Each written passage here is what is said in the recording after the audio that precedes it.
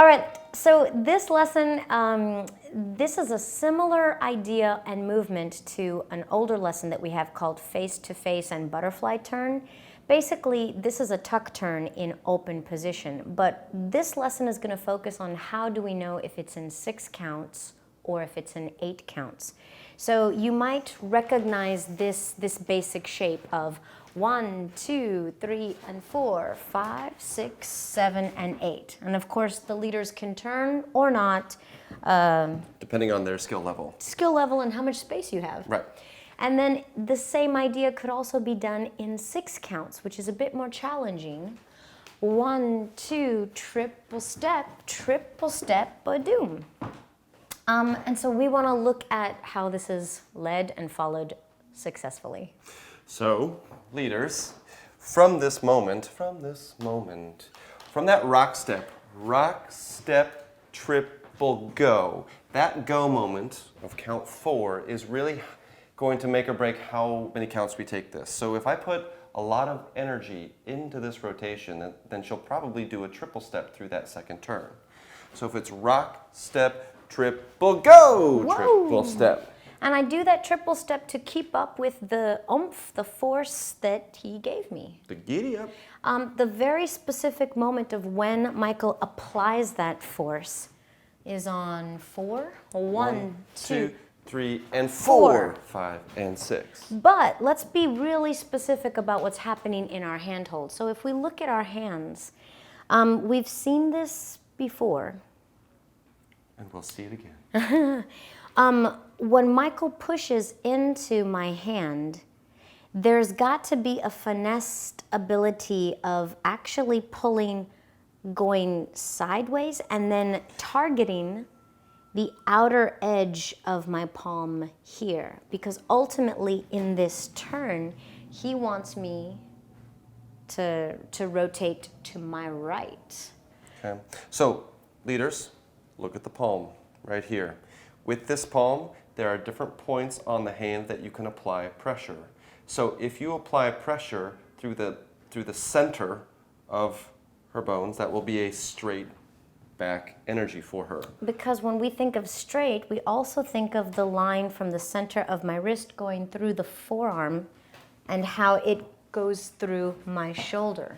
Right there. Yeah. Right.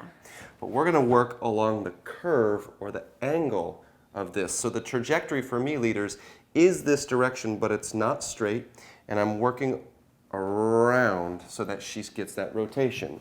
And one more time from here, leaders, as I go in this direction, I'm not pulling out to me. I'm still going this direction, but it's going to go around her shoulders. The Jedi moment, as I call it, is I'm actually thinking about moving along the arc that her shoulders make. So it goes all the way out to this other hand. So as I start to push, I'm looking for that free hand to come around, and that tells me that we're both doing the correct positioning and energy. And there's a huge responsibility here on the follow as well, because even if the leader is doing everything as well as they can, if the follower's frame is imbalanced, one big way is if my left arm is just dropped down, then that's not going to communicate as easily across my shoulders. Another problem is if my right arm doesn't have a structure or shape or form to it, but I allow it to bend and collapse, then of course the trajectory as well is going to get lost. So it's a team effort here. I'm always thinking about this gentle expansion to keep my form so that Michael has a structure to work with. Last detail about this, because it's an advanced concept, is that, let's see if we can actually show on this diagonal, something very interesting here for a follower's frame is that my pec muscle and my shoulder are not fixed in cement. They're not like in a body cast being held perfect. There's a flexibility here. And so that contributes to the lag that I experience as a follow, which also helps Michael apply the rotation on count 4.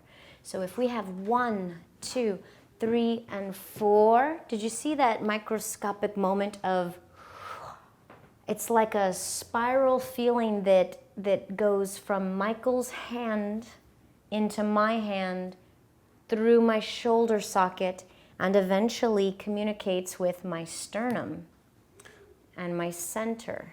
Leaders, how do I encourage that from Evita?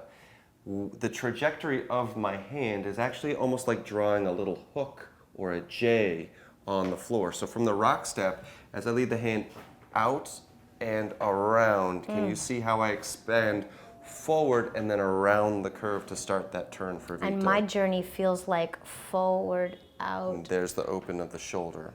And so I can also demonstrate this. What we see happen with follows who are learning is that if they fix their shoulders too stiffly, can you try to spin me through it? I can. You see how I'm trying to be perfect. I'm trying to be right. And what the advanced level is about is finding the soft moments where you allow connection to come more easily and you allow things to transfer in your body. So if I do this again, you'll see, hopefully, that transfer. I think of this like breathing. If you think about your lungs, breathing, there's expansion and contraction. And we're doing the same thing here. From this rock step, you'll see expansion through her chest and then contraction as she does the turn. So that's what actually gives the shape breath and makes it feel softer than something so rigid. Right. Yeah. So all that being said, Yeah. if we get the trajectory correct, now the question becomes how much force do we apply to the turn, leaders, and that will help the follows know what we're doing. As we've already said, for this 6-count version, there's quite a bit of turn, 3 and 4 and 5 and 6 to make that turn fast on the triple step. But if I bring that energy down just a bit, rock, step, triple, and turn, turn, then the rotation displays itself as a step, step versus a triple step. Right. And that will create an 8-count, triple soft, turn, turn, and triple step. Right. So once we get the shape and the connection correct, then the question is how much force do we apply to create the rotation?